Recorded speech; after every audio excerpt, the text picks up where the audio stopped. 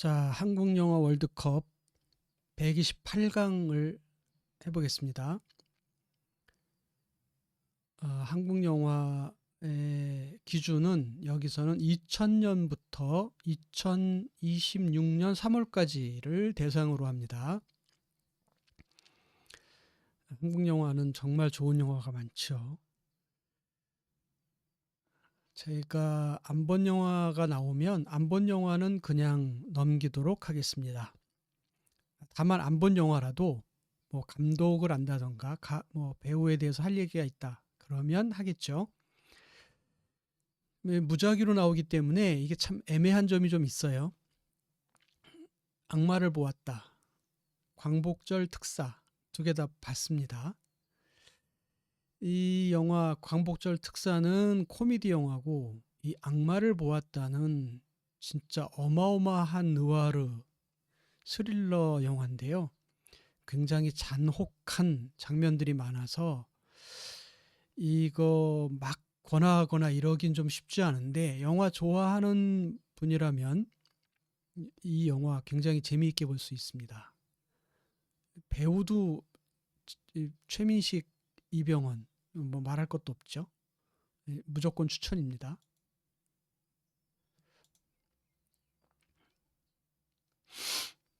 써니 더 테러 라이브. 이게 성향이 완전히 다른 영화인데요. 더 테러 라이브에서 이 지금 보여주는 하정우 배우, 거의 뭐 사실 1인극 같은 그런 영화죠. 영화 전개도 굉장히 흥미롭고 굉장히 재미있습니다. 실제로 좀 뭐 진지한 면도 있고, 또 그리고 이 메시지도 있고, 그 반면에 이 써니는 분위기가 상당히 다르죠. 근데 이 써니가 여운이 굉장히 길게 남고, 지금까지도 이 써니는 이야깃거리가 되고 있어요. 그러니까 이 써니가 가지고 있는 이 주인공들, 이 캐릭터의 서사, 이런 것도 굉장히 좋고, 그리고 이게 약간 코믹하면서도 굉장히 그 감동적인 뒷부분에서 이런 장면들이 좀 있어서 저는 써니로 하겠습니다. 와, 이거 또 대단한데요. 1987 내 머릿속에 지우개. 이 내 머릿속에 지우개 진짜 감동이죠. 순수한 뭐 로맨틱을 좋아하시는 분이라면 당연히, 이 두 영화가 너무 달라서 두 영화가 너무 다 좋은데 호불호가 많이 갈릴 것 같습니다. 그러니까 둘 다 탑급에 해당하는 영화인데, 성향은 완전히 다르죠. 저도 정우성 배우, 손예진 배우 매우 좋아합니다만, 아무래도 저는 1987 쪽으로 마음이 좀 더 기우는 게 사실입니다. 과속 스캔들, 늑대의 유혹, 다 이제 그 약간 코미디 영화, 뭐 이런 로맨스 이런 건데요. 이 과속 스캔들은 마지막에 이, 이 영화가 로맨틱 코미디 같은 영화이면서 감동이 굉장히 있습니다. 예. 그래서 이 차태현 배우가 코미디 영화에 참 최적화되어 있는 배우가 아닌가 이런 생각이 들 정도로 아주 연기도 좋고, 이 시나리오도 굉장히 좋은 그런 영화로 봅니다. 그래서 늑대의 유혹보다는 과속 스캔들로. 이것도 네, 클래식. 역시 여기도 이제 손예진 배우가 나오죠. 손예진 배우의 여기서도 미모는 정말 어마어마합니다. 그리고 천만 영화, 극한 직업. 그래서 이 둘의 성향이 너무 달라서 이게 참 안타까운 면이 좀 있습니다. 극한 직업은 코미디 영화이면서 어, 하- 어떻게 표현하면 이게 한국 영화답다 이런 말을 좀 할 수 있을 것 같아요. 한국 영화다운 게 뭐냐라고 말할 수 있는데 이 극한 직업을 보면 저는 우리나라 사람들의 정서를 느낄 수가 있어요. 여기에서 이 영화에서 나오는 대사들, 여기 배우들 등장인물들이 하는 말과 행동 이런 것들을 보면 아 그래 이 한국 사람들이지 우리지 한국 사람들이 이렇게 말하고 이렇게 행동하고 이렇게 뭐랄까 그 일 처리도 그렇게 하고 하는 다른 나라 사람들과는 분명히 조금 다른 면을 이 영화를 통해서 알 수 있게 된다고 저는 봅니다. 그래서 뭐 단순히 흥행이 성공하고 천만 영화라서 좋은 게 아니라 이 영화 자체가 갖고 있는 그 가치와 의미가 저는 있다고 생각을 해요. 이제 클래식도 물론 당연히 좋은 영화인데 그래서 이 극한 직업을 선택하겠습니다. 건축가 요건 고민이 좀 덜하네요. 건축학개론이 성공하고 뭐 되게 좋은 영화인 거는 뭐 그건 당연히 인정합니다만 여기서는 박찬욱 감독의 아가씨를 배제한다는 거는 솔직히 말해서 말이 안 되죠. 예. 박찬욱 감독에 대해서는 할 얘기가 굉장히 많은데 어쨌든 이 영화 역시 대단히 매우 뛰어난 영화인 건 확실합니다. 자, 증인, 그 다음에 럭키. 여기에서도 이 코미디 영화란 말이에요. 그리고 이 증인은 여기 이제 정우성 배우가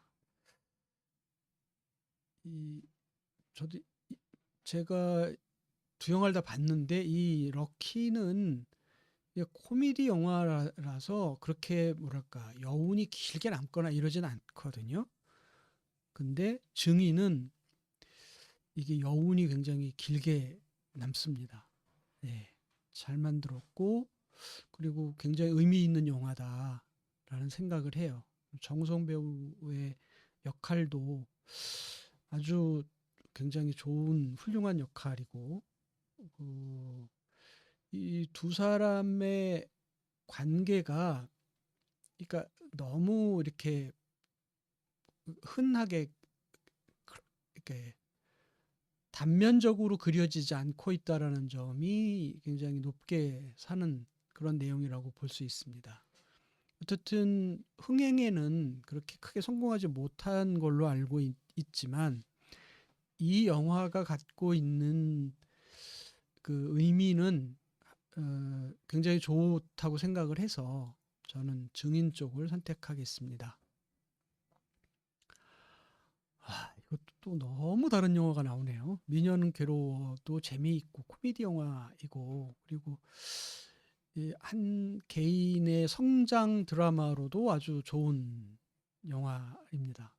그렇지만 역시 이 우리 한국의 현대사의 역사성을 아주 드라마틱하게 드러낸 서울의 봄이 여러 의미에서 굉장히 중요한 영화다. 그리고 또 좋은 영화다라고 말할 수 있겠습니다. 범죄도시가 나왔네요. 독전하고. 독전은 이게 약간 좀 호불호가 갈려요. 좋은 재미있고 잘 만든 영화이긴 한데 그렇지만 그리고 이제 이 범죄도시는 흥행에 성공했는데 뭐 영화로서의 무슨 뭐 어떤 평가나 이런 것들은 그렇게 썩 좋지 않다고 이제 사람들이 말을 하는 것도 제가 들어서 알고 있는데 글도 보고 근데 최근에 제가 이 범죄도시 시리즈 지금 4편까지 현재 나와 있잖아요. 1, 2, 3, 4를 계속 이어서 한 번 쫙 이틀 동안 이어서 본 적이 있었는데 1편, 2편이 매우 훌륭합니다. 이게 이제 3, 4편으로 가면서 물론 재미있고 더 훨씬 더 강한 적이 나타나니까 훨씬 재미있고 더 강렬한 맛도 있는데 근데 이 오리지널리티 1편과 2편이 주는 그 재미랄까? 이거보다는 3, 4편이 조금 약한 느낌이 좀 들긴 하더라고요. 그래서 이 통쾌함, 카타르시스를 해소하는 이런 즐거움, 거기에 코믹과 유머를 중간중간에 섞어서 관객에게 좀 더 이렇게 편안하게 다가가는 그러한 예, 영화 속의 어떤 장치들 이런 것들을 보면 이 범죄도시가 조금 더 재미있게 잘 만들었다. 이렇게 얘기할 수 있겠습니다. 그 다음에 이거는 이제 두 개 좀 비슷한 성향이네요. 만추는 이 영화가 오리지널이 아니어서 오리지널이 나왔으면 진짜 이거 어떻게 할 뻔했나 한 생각이 들어요. 탕웨이 뭐 현빈 탕웨이 특히 탕웨이 너무 좋아하는데 이 파이란도 원작이 있잖아요. 소설도 있고. 그래서 이거를 이제 한국의 정서에 맞게 다시 만들었는데 이 파이란은 이게 그 지금도 이게 여운이 굉장히 그 느껴지는 그런 영화입니다. 마지막에 진짜 많이 울게 되는데 이 영화는 이 최미식 배우 정말 잘하죠. 네, 뭐 말이 필요 없습니다. 하여튼 그래서 이 만추와 파이란에서는 파이란으로 하겠습니다. 그다음에 강철비 도둑들 아 이거는 참 정말 이게 참 어려운데요. 도둑들이 이 영화도 첫판 영화죠. 강철비는 그 정도는 아닌데 근데 뭐랄까 이 영화적 장치로서는 강철비가 훨씬 더 흥미로워요. 네, 그러니까 이제 뭐 도둑들은 말 그대로 어, 외국 영화에도 보면 이제 이런 형태의 영화들이 좀 꽤 있잖아요. 헐리우드 영화 보면. 그런데 이 강철비는 한국 현실에 잘 맞는 영화란 말이에요. 그리고 있을 것만 같은 또 만약에 그렇게 되면 어떻게 될까 하는 그런 호기심과 상상력을 불러일으키는다는 점에서 이 강철비가 꽤 저는 의미가 있다고 생각하거든요. 그래서 흥행은 또 이 최동문 감독이 굉장히 잘 만들기도 했는데 저는 강철비 쪽을 선택하겠습니다. 다 봤습니다, 당연히. 늑대소년, 오아시스. 늑대소년에서 이 송중기, 이 박보영 이 배우들 이게 그 아마 웹툰 원작이죠. 그럴 거예요. 그래서 원작이 있는 걸 가지고 영화를 만드는 거로 알고 있고 오아시스 이창동 감독이죠. 오아시스는 이창동 감독만이 할 수 있는 연출이 아닐까. 진짜 정말 이 배우들의 연기를 배우들의 영혼을 끌어내는 연기를 보여준다는 점에서 정말 정말 대단한 영화라고 생각합니다. 네, 이거 뭐 솔직히 말해서 비교할 게 아니라고 생각을 하는데 와 이것도 박찬욱 그다음에 윤종빈 감독 둘 다 명작이죠. 명작과 걸작인데 이건 정말 고르기가 쉽지 않습니다. 솔직히 말해서 이거를 어떤 걸 골라도 아무런 문제가 없는 그런 영화죠. 예. 이 범죄와의 전쟁 같은 경우 이게 아마 1000만 영화죠.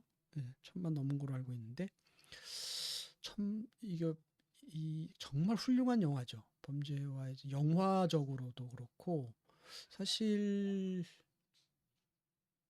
범죄와의 전쟁을 보면서 마틴 스콜세지의 좋은 친구들 그런 영화들도 생각이 나고 근데 역시 이 공동경비구역 JSA 같은 경우는 이게 전 세계 어디에서도 찾아볼 수 없는 소재를 가지고 만든 영화라는 점에서 그 영화가 갖고 있는 특수성, 그러니까 외국에서도 많은 영화들을 만드는데 보면 보편성이 있고 그 영화만이 갖고 있는 이제 특수성 같은 게 있잖아요.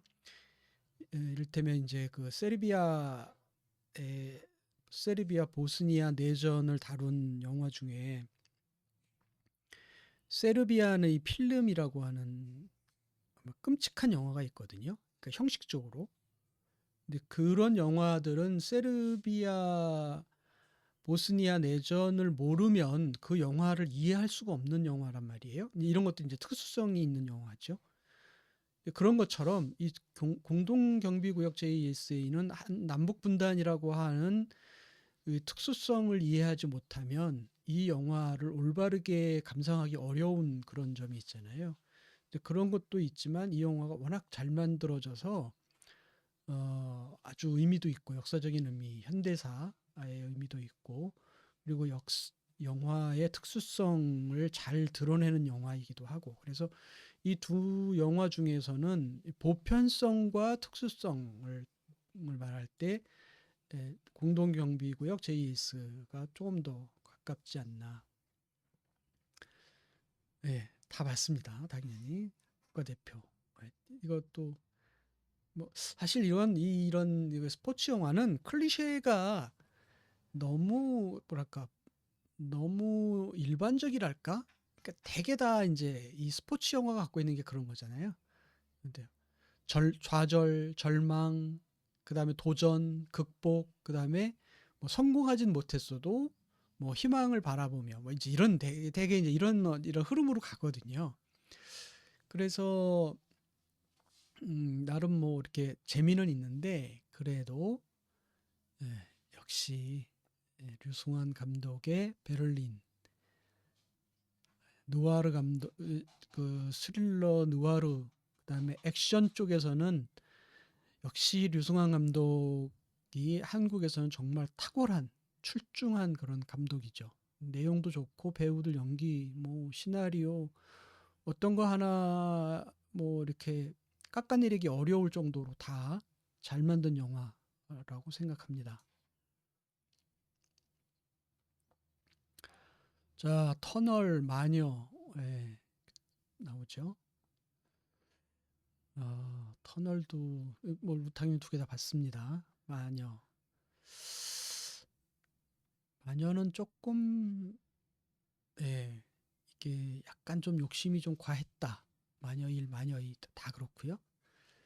그러니까 그 보여주려고 하는 그런 의도나 의지는 충분히 이해하고 알겠는데 그것에 그 기대치가 조금 못 미치는 치는 뭐 연출과 뭐 이제 이런 것들 시나리오와 이런 것들이 좀 있다고 생각을 합니다. 터널도 뭐 그렇게 이것도 아주 수작이다 말하긴 솔직히 좀 어려운데 그래도 두 영화 중에서 하나를 선택하라면 터널 쪽을 조금 더 예. 이것도 대단하죠. 이 태극기 휘날리며도 1000만 영화죠. 영화가 이게 처음에 나왔을 때보다 오히려 태극기 휘날리면은 시간이 지나면서 점점 더 오히려 가치와 의미 이런 것들 영화적인 의미를 더 긍정적으로 표현하는 것 같아요. 대중들도 그렇고 평론가들도 아마 그러지 않나 싶은데 처음에는 이게 너무 뭐 막 국뽕 아니냐 뭐 이런 뭐 그런 이야기들이 좀 있었는데 굉장히 아주 좋았죠. 예. 한쪽에 너무 치우치지도 않았고 그래서 이 작품도 굉장히 뛰어나고 훌륭한데 그래도 역시 레전드는 역시 아저씨죠. 그러니까 영화를 이야기할 때 물론 이제 태극기 휘날리며에서도 그런 아주 중요한 이 뭐 원빈이 나오는 장면들이라든가 중요한 장면들이 많이 이야기가 되긴 합니다. 그런데 아저씨만큼은 아니죠. 네, 이거는 정말 레전드죠. 그리고 김세론 배우가 지금 너무 안타깝죠.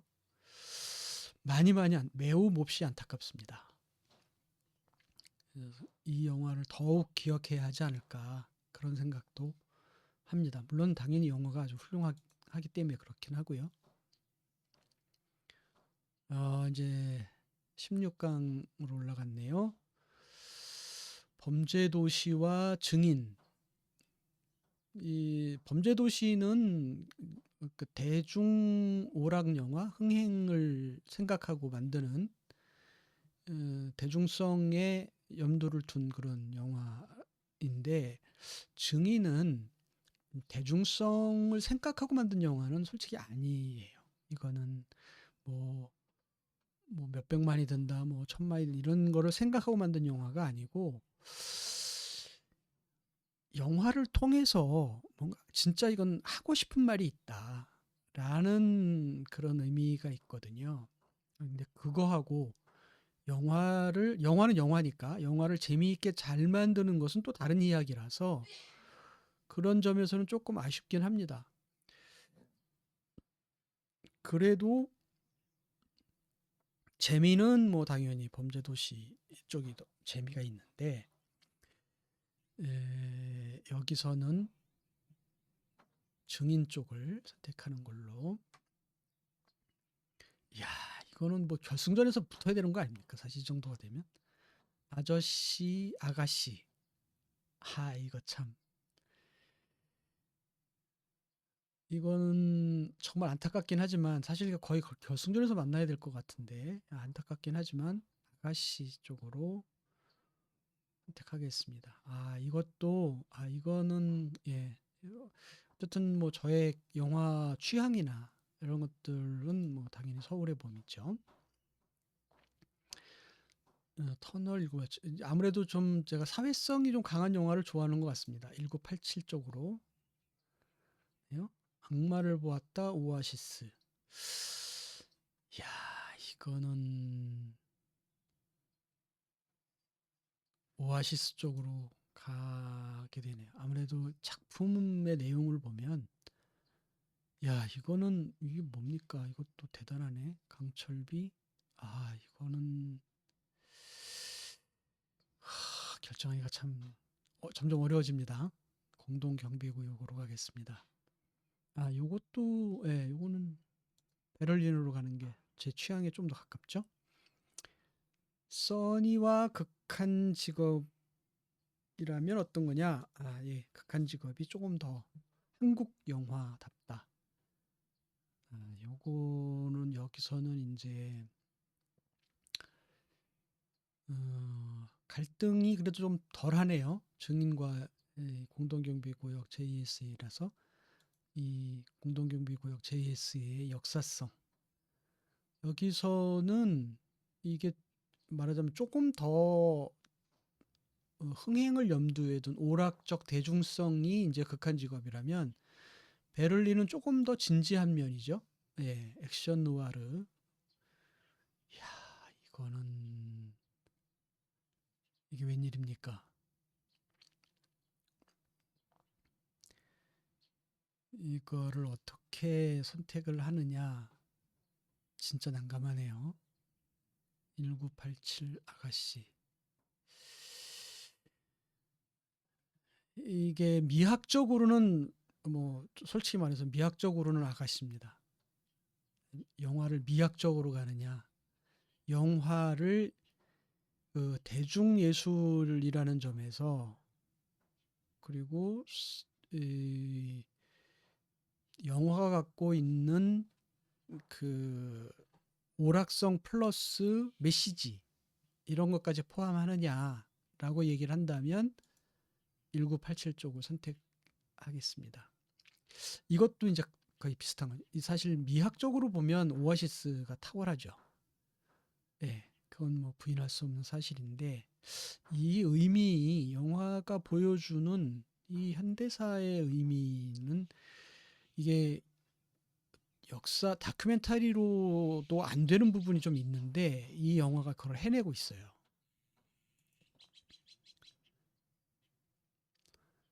자, 이게 진짜 한국 현대사네요. 저는 1987을 저도 이 현장에 있어 봤습니다만 을지로 명동 이쪽에서 뛰어다녔는데 서울역 앞에 하고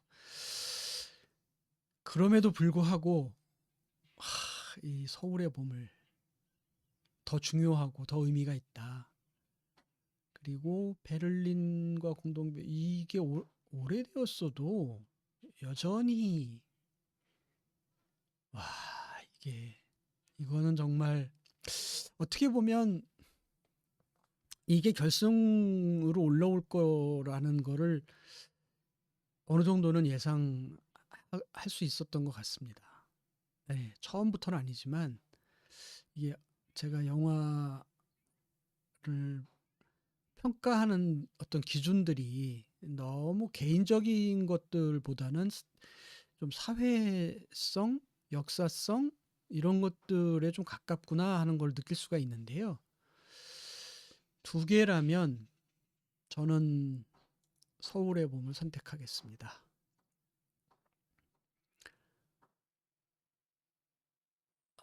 네, 서울의 봄이 네, 저한테는 우승이네요.